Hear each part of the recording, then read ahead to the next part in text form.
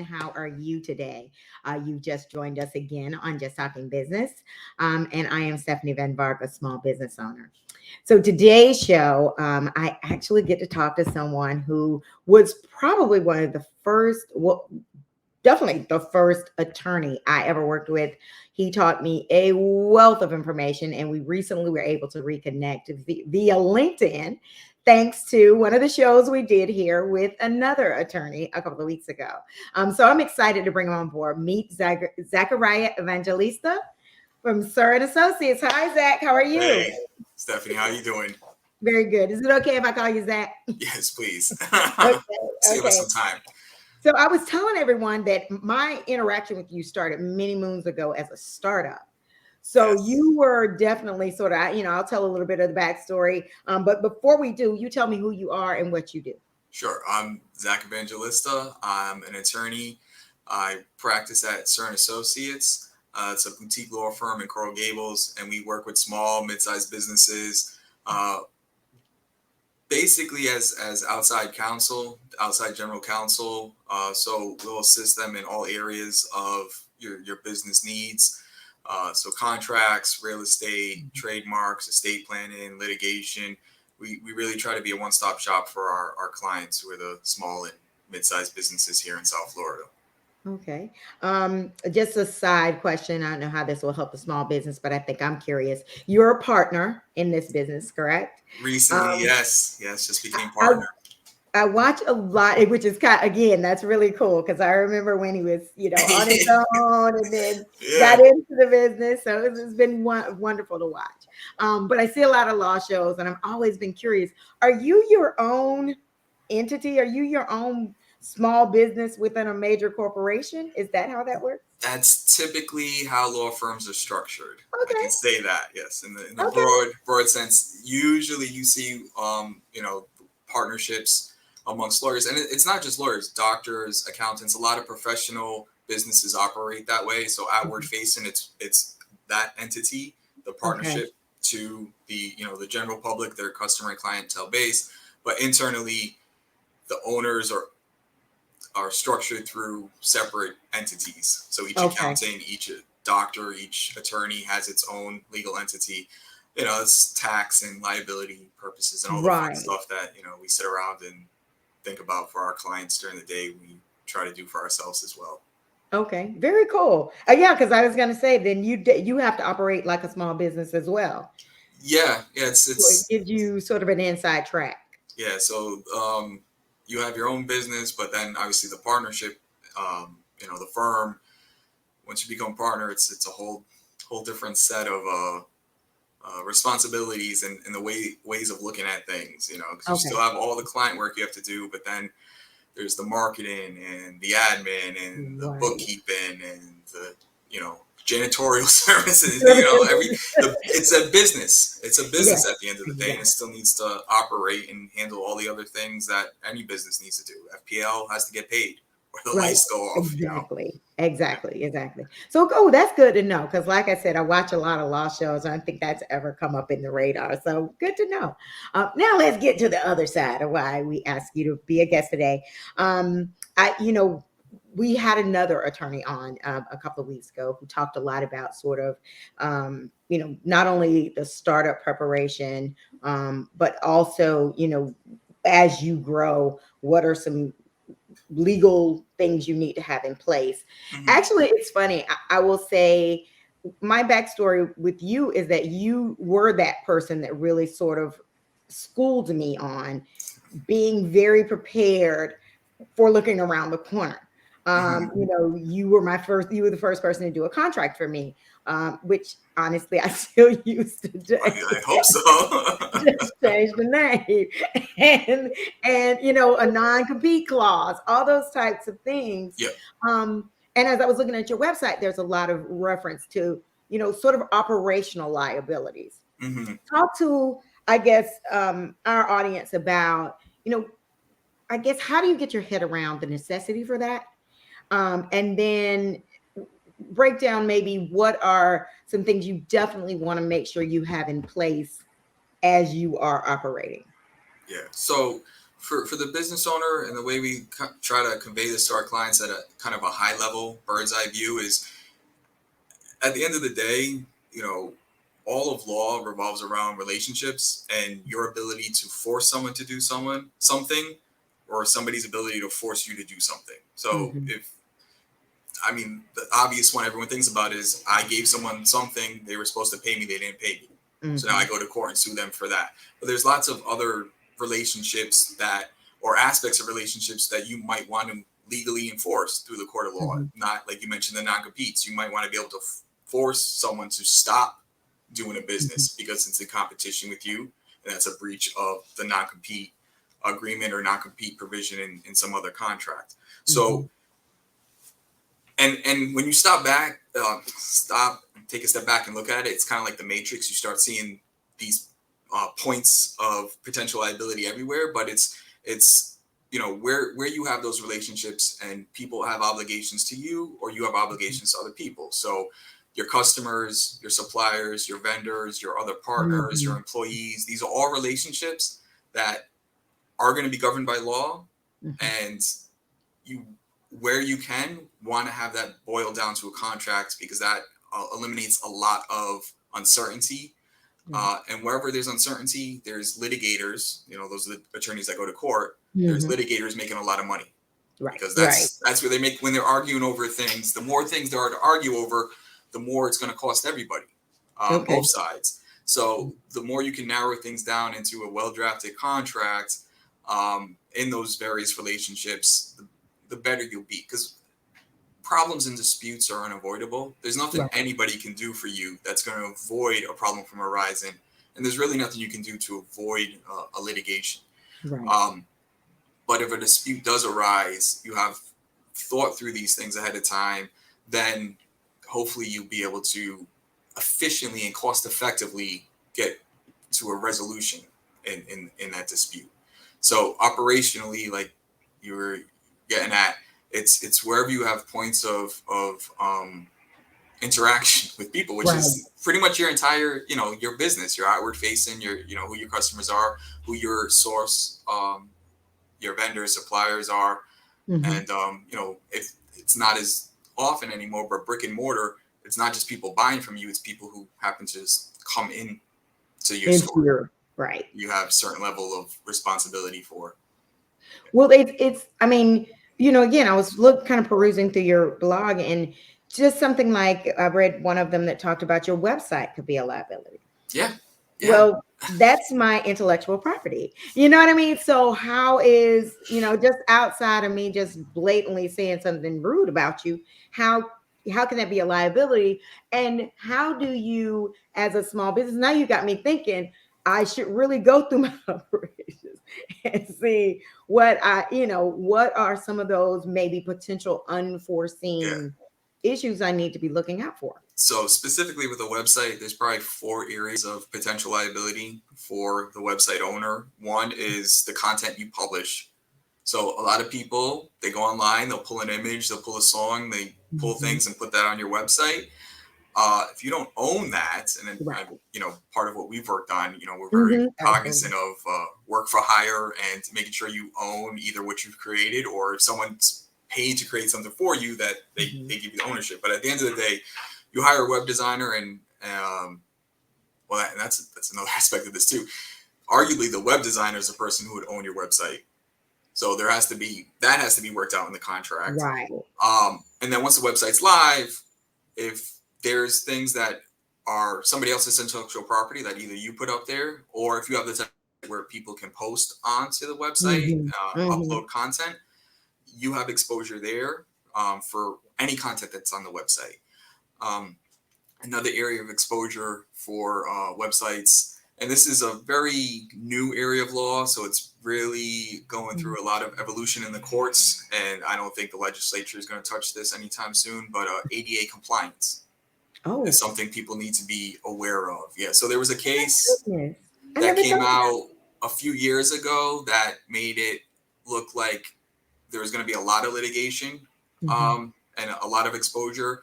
But then that case got overturned about a year ago. Mhm. So, but it's still in flux. So it's something that you definitely want to think about and have a consultation with an attorney up to date on the current state of that. If you have a website, you're exposed, but if the larger you are, the more people may be looking at your website, the more opportunity there is for someone to go and you know, like they used to do on the beach or still do, people with certain disabilities would have relationships with attorneys and then go to each establishment and Oh, it's and hide. Yeah.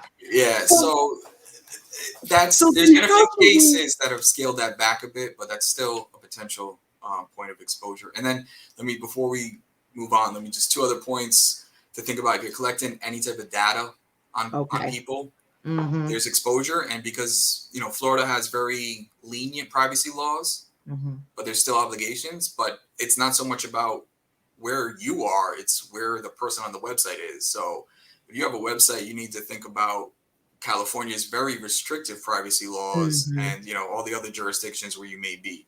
It can get very complicated. Wow. And then, and for those of us who this is our office, Yep. then that needs to be immediately at our forefront. And I guess the question I'm asking is, how would a small business sort of take a look at their surroundings, whatever that is, Mm-hmm. and really sort of do that kind of assessment? Or is, would that be being paranoid? Or, how do you don't want to be paranoid, but you also don't want There's potential liability everywhere. The way we tend to assess it with our clients is kind of in a four quadrant, high probability of to. something happening, and then also high cost. So Hmm. if it happens, what do you do about it? So you Okay. want to look at the liabilities and kind of sort them out. There's, if you are collecting data and you have thousands of visitors every day, there's a high probability that you're going to have issues with personal data just because of the volume that you're dealing with. Right. If you have a brick and mortar store and you have one person coming in once a week versus your Publix, a slip and fall is going to be much more likely at a supermarket where hundreds of people, thousands of people Right. are coming in every day. So you look at the high probability of something, and then the cost. What Okay. if this happens? Will you have to close your business? Right. Because the liability is going to be so tremendous.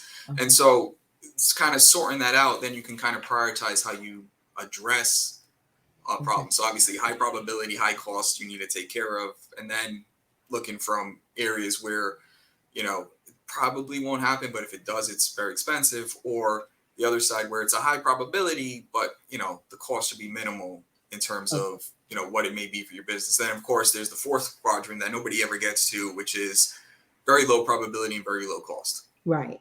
Like, yes, this could happen, but it's probably not going to happen. And if it happened, it would cost your business $1,000 in damages. Okay. So nobody's really going to spend time thinking about that. And what that looks like for each business is different. But again, go back to what are your interactions with people? Like you look at your website and say, oh, data collection. But then if you're not collecting, if no one's entering their name, if you're not taking addresses, if you're not taking any information on your website, you don't even need to think about that. Because that's not really a point of interaction with you and the public. Okay. Okay. Now let me see. Do you think your clients now, or your potential clients, I keep going back to when I came to you. I think my terror at the time was, I have intellectual property. How do I protect my stuff? But that was a while ago. That was before we could Google everything. And I think when I came to you, the whole conversation around intellectual property was so new. All of it was, just kind of coming to be. Are you finding that your clients or potential clients are a little more savvy these days? And do you find that's a challenge when you're trying to advise, or do you find that helpful and beneficial? And, to just sort of say to the small businesses when they're looking for an attorney, it's good to be savvy, but think through why you can't. Yeah, in terms of a shift in the, I won't disclose how long it's been since we first know each other. Because as you're saying it, I'm thinking back and I'm like, oh my, I've been practicing law that long now. Wow, it's been a minute. Don't you say that out loud. It's been a minute. But in that undisclosed amount of time, I haven't really seen a shift in terms of, percentage of clients knowing more, knowing less, or anything like that. I would say, I find the best clients to work with are usually the ones that know most of it, but understand they still need their advisors, and then take advisement and make the decisions they're going to make. Because at the end of the day, for our clients' businesses, we deal with the owners or the managers or the CEOs, whatever it may be. It's they take the counsel of their marketing team and their accountant and their attorneys, and then they make whatever decision makes the most sense, balancing all the pros and cons of the different advice that they get. Me and the marketing people often don't get along because they're trying to swing for the fences, and I'm saying, yeah, but if you say all of these things, we need a disclaimer that's 10 times as long. And they're like, we can't run a 30-second ad if 29 seconds of it is just disclaimer. But, and then the business owner makes a decision on what they want to do. The clients that are sometimes a little bit more problematic, which in any of my clients that are watching, it's not you. But, maybe you have had a client here or there, or consulted with a client here and there. That the difficult ones are the ones that know a good part of it. I say they know 80% of it, but think they know 100. Yeah. Because you get into a situation where they'll ask a question and it's, yes, you're right. Yes, you're right. Yes, you're right. And then the fifth question is, no, that's not.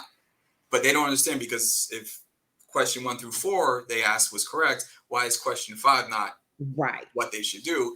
And it's because of all these other things that I, as an attorney, have been trained to think about and research and know, and is not within that line of questioning that they just asked me. The good clients are the ones that ask the questions and then just, heed the advice, take it into account. And the more difficult clients, which again are not any of my clients or the firm's clients, other attorneys' clients, will be the ones that just they want to argue with you, and there's a fine line, because we want clients to question and ask questions, because the dialogue is how we understand more about. No one's going to know your business better than you. Your accountant's not, your attorney's not. You know your business. So we talk about things, and we may have had the conversation 10 times, but this 11th time, because of however it went, there's a new element that I just wasn't aware of that's now come out, that's now going to, oh, well, yeah, I didn't realize that. So yes, it is not A, it's now B, because of this new information that we now have. And it is a different analysis from my perspective. So you want an engaged client. You want a client that's going to participate, a client that understands that they're the owner, they're the decision maker. Right. But you don't want a client that you have to fight all the time. Right. Exactly. I think now, well, then you're going to have another disclaimer for this next question. Are there, with that in mind, can you think of any cautionary tales or experiences that you may not have had personally, of, the situation you have heard of that's probably the most drastic, of someone not doing something that was advised? I'll throw out right now, I'm watching We Crashed. Have you seen that? The story about the gentleman that started WeWork. And I've seen the trailer. I haven't seen he doesn't listen to anybody, and it's causing him a lot of problems. So I can imagine at conferences, y'all bring up stuff like that. So, two things I'd say to that, and this isn't even about advice, but here in particularly in Miami, you see it a lot. We have consultations with people who are in a dispute. They come into us, and so this is already post transaction, post relationship. Something's already gone wrong, and they come to us, and we ask, we have to review the contract, and there is no contract. There is no contract. Or it's a contract that was pulled off Google, and they signed it. And again, there's nothing I can do to draft in a contract that will prevent a problem from happening, but I can, as close as an attorney can guarantee anything, that if you have a contract drafted by a lawyer versus not having any contract, 99 times out of 100, you're going to be in a better situation having that contract drafted as opposed to not having anything. Because we see it, and we've had consultations with people that have really been exploited and taken advantage of. But it's like, in a hypothetical classroom setting, yes, we're going to win, but these are the costs to get there. Right. And it's not going to make economic sense. Unfortunately, a lot of the times when you're assessing a dispute between parties, particularly in a commercial setting, business to business, the economics drive the analysis. We look and say, this is the law, this is how we're going to win, but it's not just that simple, because there are costs associated with all of that. And the other point to the advisement side of it is, I think it's The Prince with Machiavelli, where you want to have your advisors know and understand that you're the boss. I mean, obviously that's the Machiavellian part of it, but at the same time, I studied this in college. The other aspect of that that Machiavelli wrote about was your advisors need to know you heed their advisement, because then they're just going to stop giving you advice. Right. I mean, obviously this isn't, Middle Ages Italy that the context was, but I do think there is some value to that. And anyone that is running a business, you can't be a jack of all trades. You can't be a master of HR, a master of marketing, a master of legal, a master of taxes. You need people who have that skill set. And so there is no perfect formula to this, but for us, our successful clients are the ones that identify the talent for their team, and then are able to work with their team so that they can gather the advice from their marketing people and from their HR people and from their insurance people, and take it into consideration, and then be able to make the best decision for their business. Because again, no one knows your business better than you, right? Because I understand the legal aspects, your accountant understands the financial aspects, your marketing people understand the sales and that stuff. Right. You understand how all that comes together better than anybody else, but you got to listen to them. It's that balance of delegating and decision making. Okay. Well, okay, so let's talk pre-pandemic and post-pandemic. I'm sure there was some. I know. Look, that's gonna get that could take us another 40 minutes. So it's been very interesting to watch how this small business ecosystem seems to have changed quite a bit since before the pandemic and after. Just from the there's a lot more conversation around health and wellness now. There's a lot more conversation around people restructuring their operations, maybe some of the products that they're selling, what their focus is, going back to their mission. From a legal point of view, I'm interested to hear, what did you see in this ecosystem before the pandemic? What have you seen come out of it? And, is that change the way you advise your businesses? Or it's business as usual?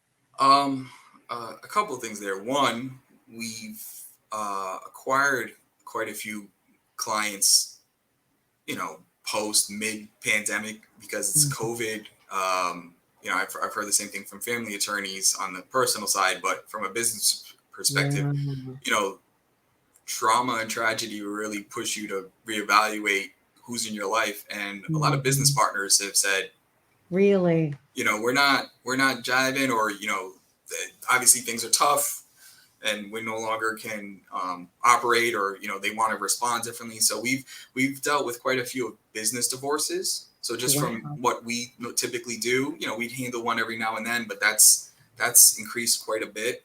Wow. That's interesting. And then kind of along those lines, also just an increase of people understanding the legal advice, or just, seeing that things can go bad. Right. You can't control. Because, that's the great thing about entrepreneurs. I can do it. Which is, yes, you can do it. You can get it done. But no matter how many hours you put in, no matter how skilled and talented you are, there are things that are outside of your control. And COVID's kind of, put that to the front of people's minds in a way that I don't think the economy was doing really well the last decade before. And, a Right. lot of people, Exactly. the economy has the market has a short-term memory. Right. So, people forgot 08. Exactly. And so That's true. That's very true. this is, Some people are like, okay, the pandemic didn't do nothing to me because I was ready after 08. yeah, yeah. But, a lot of people, they forget about the bad times. And that's, that's what entrepreneurs are, right? Right. If, Absolutely. if, if all they did is think about bad times, there would be no entrepreneurs, because there's Right. a lot of bad times in entrepreneurship, but they focus on the positive and what the long-term Mhm. goal is. But I think COVID was kind of a wake up to say, let me get some counsel and see what's going on, see how I can prevent things. I used to make jokes when we'd sit there and go through those quadrant analysis of, these are the issues in the contract as it is now. These are the issues in the transaction. What could go wrong? And Mhm. how do we try to preempt that? You can't foresee everything in a contract. Right. That's impossible. No one could foresee COVID. But I would make jokes at the table with my clients sometimes. If the whole world economy shuts down, that's gonna be a problem. And then everyone's like, well, if that happens, who cares? And then, a couple of years later, the whole world economy literally shut down Exactly. for months. Exactly. Exactly. And so now it's a little bit easier for people to, I think, understand and really think through, what if this goes wrong? Right. Right. So you get Okay. into the transaction, and a lot of time I'm trying to get my clients to think about what happens if things go wrong. I Right. don't want to be Debbie Downer, but that's what we do. We're trying to protect Exactly. against that. Yes, all these great things are going to happen when we sign this deal, and the business is going to grow because of this. But what if? And I think Right. that but what if part is a little bit easier Easier post to pandemic. explain at this point. Great. Yeah. Like I saw the other day, I think it was maybe yesterday, you'd posted on LinkedIn something about if you weren't approved for your PPP loan forgiveness. And I was like, I didn't even know that was a thing. Like I was like, wait, what? I mean, I was, but I was thinking, like, literally, there are people that have been denied. What are you supposed to do? And you gave a very good, kind of explanation. But you know, what happens if somebody runs at your door with some kind of scenario like that? I mean, are you able to help them, or just kind of I hate to hit you with a lawyer answer, but it depends. right, right, Depends on what, why was somebody denied? right. What caused this problem to arise? And, what's in our control, and who's on the other side of the issue? If you're talking about the Mhm. federal government and Right. whoever your large bank is, that's different than if it's, an employee or, a former partner, and, what their resources may be, and what their leverage in the situation is, and what their emotional attachment is. Sometimes the upside to dealing with large institutional parties on the other side is they don't care. Right. Not that they don't care, but it's not, you and your business partner are fighting. You guys have both put blood, sweat, and tears into this for Mhm. X number of years. If you're fighting with, Bank of America, nobody in Bank of America is putting any blood, sweat, and tears. Now, there's Right. downsides to fighting with a huge institution as well. But so I guess the short answer is we have to assess, the situation, who the parties are, how did you get there? And, there's very few open and shut cases. There's always what's that old cliche? There's your truth, their truth, and the real truth, or Mhm. whatever it may be. And the real truth never comes out in the law. It's you and your team versus them and their team. I had a client the other day ask me, you know, how do we find a loophole in this? That's what we have lawyers for, to find loopholes. I'm like, yeah, but there's lawyers on the other side too. So it kind of Right. it's a Finding net zero loopholes. effect. They're finding loopholes, we're finding loopholes, then the loopholes loop into each other, and then I don't know, some And then paradox get square one. So we need to know what we're talking about when we go in. yeah. So but yeah, so lawyers on both sides are gonna, look at the situation, and Mhm. you're gonna fight it out. Um, but being open and honest when you come into my door or any lawyer's door, and just, don't try to, sugarcoat it with us, because it happened to our litigator yesterday. He was in a depot, and some things came out that he didn't know about. And, Really? that's not the time when you want to be finding out things from Right. your client. you know Right. you we are first of all, it's attorney-client privilege, and we have obligations by our license to not disclose things that our clients share. So we always try to tell our clients that up front to make them feel as comfortable as possible sharing with us. But we can't do a good job. It's like you go to your doctor and you tell them, I'm okay. I got a little, little hurt in my back or whatever. If you don't really go through what the symptoms are, they're not gonna be able to diagnose you. And that's the same thing with your attorney. Tell us the bad. We want to know the bad so that we can figure out how to, handle it. Right. Let's see. So I was looking also on your blog. I see you also talked a little bit about investor opportunities. Some things that actually are positive things. A business comes to you and wants to, scale in some way. Maybe that looks at investment. Maybe that looks at, a variety of different opportunities. How should they prepare? And when should they get you involved? Answering the second question first, the sooner the better. Okay. The sooner the better. There may not be a lot of work for us to do at first, depending on what the growth opportunity is. But we can help structure things initially, raise questions so that they can think about, we're there to provide legal advice, but doesn't mean, we're not going to look at some of the business aspect of it too and ask, like, have you thought about this? Or have you talked to whoever your financial team is about this aspect of the amount of money that's coming in? We see sometimes clients might want to give up more than really they should. It's not our place to tell you, no, you shouldn't sell 60% of your business for $100,000. Right. But if we think that's undervaluing your business, we're going to say, have you thought about really what your business is worth? What the value of this investor is bringing? Is it really worth 60% of your business? I mean, that's kind of an extreme example, right? But at the end of the day, it's the financial team and the business owner to decide the numbers of it. But if we're brought in pretty early, we can at least raise the issue with the client. Okay. And then I'm sorry, the first part of your question there was. What should have see, that's bad. I should write it down. Yeah. What should we start thinking about if we are in that growth scale up phase and there's opportunities there? What should we start preparing for? I mean, depending on what the growth point is, it varies. But one thing I will say is, if it is an opportunity with investors or business partners or some type of joint venture with somebody that you guys can complement each other's services or something like that. From the negotiation perspective, and you can't know this from the other side, but really, what is the value of the transaction for you? I mean, obviously, we all know it's about making more money, but really, what's the value there? Because there's lots of different ways of making money. Why does this transaction, what is the other side bringing to you where's the value add for your business and your operation? And then try to understand what's it for them. Okay.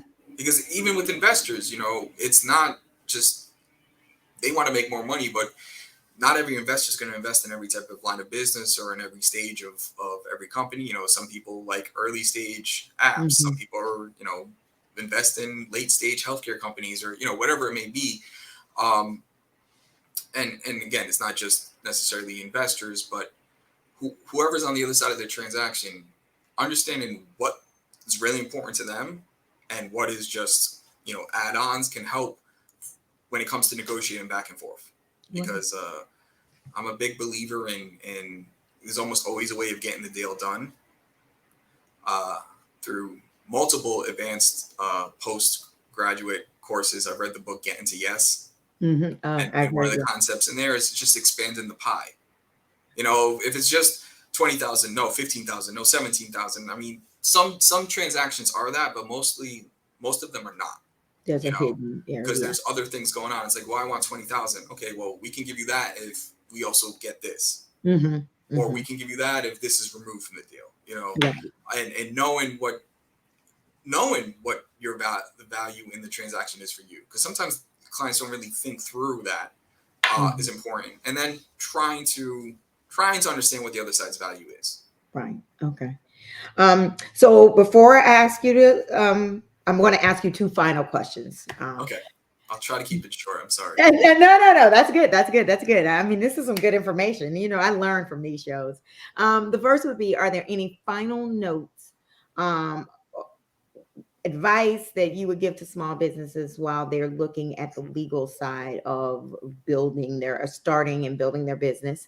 Some must knows, and I'll say, you know, here I've said it before, you were definitely very instrumental in helping with that. I mean, before that, I think I went into it with all the passion and excitement of a startup. And then it was like, wait a minute, I should be thinking of some other things. And then, you know, just where can we find you? Oh, okay. So on the first part there, you know, I understand bootstrapping, Mhm. but at the end of the day, you know, what you find online is not going to be the same as you get from a professional. Whatever the cost may be, whether it's, you know, getting your insurance, commercial Mhm. liability insurance, bringing in your a CPA, bringing in an attorney, um, it's going to be a lot less expensive having a professional handle those areas before a problem arises. Mhm. Because after a problem's popped up, I mean, you're not going to get insurance after a claim's already happened. You know, Right. once the IRS is knocking at your door, you know, calling the accountant at that point is not going to help you so much. Once you've gotten sued, you know, we can provide help and definitely work with people to mitigate that at whatever point it is. But again, it's a lot less expensive to have a contract in place ahead of time. Mhm. Um, and I know that's easier said than done because, you know, again, as a small business ourselves, you know, we have a finite Right. amount of resources to be able to provide. But, you know, try to find a team because you can't be a jack of all trades, Mhm. and, you know, find a team to lean on. And where you can't, again, just think about where your points of interactions occur, Mhm. and if X happens, the business might not be operating tomorrow. And at least that way you can prioritize. You know, Right. for as an example, trademarks, right? Right. Logo. Right. If depending on your business and you are the face of your business, your logo, your trademark might not be as important. You know, for certain professionals, realtors, Mhm. as kind of an extreme example, a realtor's trademark is not nearly as important as a lot of other businesses because you, the person, are who the client signs up with. Right. Not that there's not trademark opportunities there and such, but it's not as important as, say, an app, you Right. know, Yeah. or you know, some type of product that you're going to sell. Where there's 1,000 other companies selling the same type of product, your mark, your brand is what's going to set you apart. Right. So in those cases, you know, the realtor might not spend the thousands of dollars to get a trademark because, you know, until they have the money. But Right. if your business is your brand, Right. you need to find that money to do the trademark. And I've seen, you know, not to end on a sour note, but, you know, examples where people have come, they want to get a trademark for something, and we have to tell them you can't because of whatever reason. And they're like, Right. but I've already spent tens of thousands of dollars on Right. marketing. And Right. it's, you know, Right. I'm sorry, but, you know, thinking about what would cause your business to shut down, what's the value of your business, and protecting that first. And then, you know, there's always more protection we can provide. Mhm. But, you know, Mhm. what's the core of your business? What's the risk there? And then trying to, you know, spend the resources with, you know, professionals protecting that. And then I can be found uh, in the streets of Coral Gables. um, Any street. Well, actually, let me, if it's all right, let me plug this. It's this Friday, May 6th, the Small Business Summit, brought to you by the Coral Gables Chamber of Commerce, Ser Associates. Our firm is the title sponsor. Um, there are virtual opportunities, and there may still be in-person opportunities. So you can go check out Coral Gables Chamber of Commerce website, register for it. It's starts at about 7:45. It's at the Coral Gables Art Cinema, and it's a Okay. great opportunity, great lineup of speakers. Our website is ser-associates.com. We're on Instagram, Facebook, LinkedIn, and Yeah, I'm always happy to, as evident by the runtime here on this show, always happy to talk about things. So we don't charge for consultations, Okay. so we're happy to meet with anybody, and even if we can't help them now, point them in the right direction. Okay. Because for us, there's value if we meet some very early stage and they really just can't bring on a lawyer yet, we still try to point them in the right direction. So hopefully they do get things together, and when they come back, they're in a That's place where it's not a complete disaster, because it's in everyone's benefit for everyone to prosper, I think. Thank you very, very much for joining us today. This has been a wealth of information, and I knew you were going to be the right man for the job because I'm telling you, I was looking out for those real or unforeseen challenges. I was Yeah, like, but it worked out well. It worked out well. Thank you for joining us. We're going to check out that summit. I definitely am, and I'm going to see if I can check it out. excellent. Thanks. I'll Thank talk you to you very much. soon. Have a You're great welcome. day. You too. So, everybody, thank you for joining us today. As I mentioned, I told you this was going to be a good one because anything legal, we definitely want to know all about it. So, we'll see you again next week. You have a wonderful weekend, and we'll talk to you soon. Bye bye.